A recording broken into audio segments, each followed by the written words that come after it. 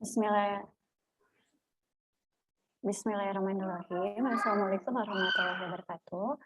Pada hari ini tanggal 26 Oktober 2021, saya Indriati Haryani ingin mempresentasikan lomba karya tulis inovatif yang berjudul Inovasi Pemulihan Ekonomi Kreatif Kota Tangerang berbasis SAS pasca pandemi COVID-19.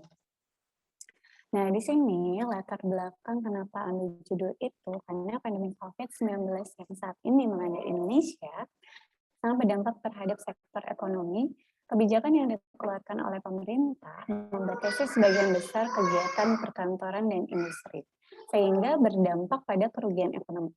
Jadi kerugian ekonominya itu nggak hanya di perkantoran aja dan di industri besar, tapi juga di UMKM yang berdampak sama.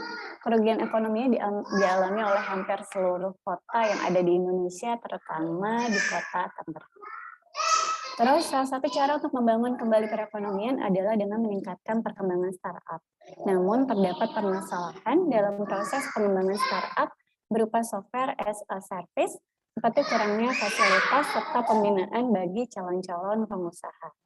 Nah, SaaS itu adalah suatu model penyampaian aplikasi perangkat lunak oleh suatu vendor perangkat lunak yang mengembangkan aplikasi web yang diinangi dan dioperasikan untuk digunakan oleh pelanggannya melalui internet. Lanjut di slide berikutnya ada metode. Di sini ada 4 step. Yang step pertama itu kriteria aksesibilitas awan ditentukan berdasarkan Bond dan Tobias, seperti yang dijelaskan dalam bagian 2C. Kata sebut dengan bilangan Fuji segitiga untuk menyatakan pentingnya setiap kriteria. Terus yang step kedua di sini ada evaluasi the platform.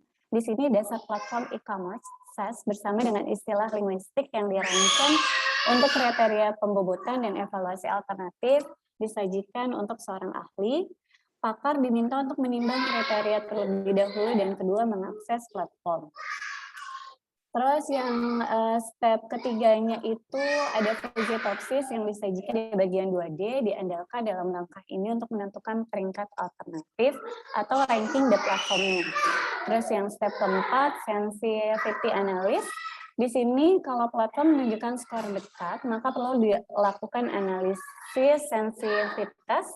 Analisis sensitivitas ini menjawab pertanyaan bahwa seberapa sensitif keputusan keseluruhan dari perubahan kecil dalam bobot individunya.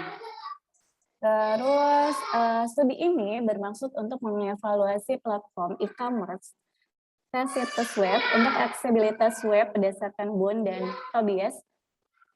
Kerangka kerja taksonomi, aksesibilitas float, seorang ahli adalah diundang untuk mensurvei 5 alternatif termasuk Shopee, BigCommerce, Solution, dan 3D Card, sama WooCommerce. Penyedia ini dianggap sebagai ISS teratas platform perdagangan.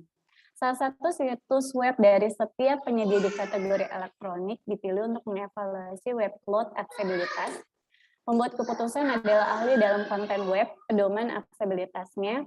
Terus awan yang diusulkan kriteria evaluasi aksesibilitas dijelaskan kepada ahli. Tujuannya adalah untuk memulihkan perekonomian yang ada di Kota Tangerang agar bisa stabil sebelum adanya pandemi COVID-19 berlangsung.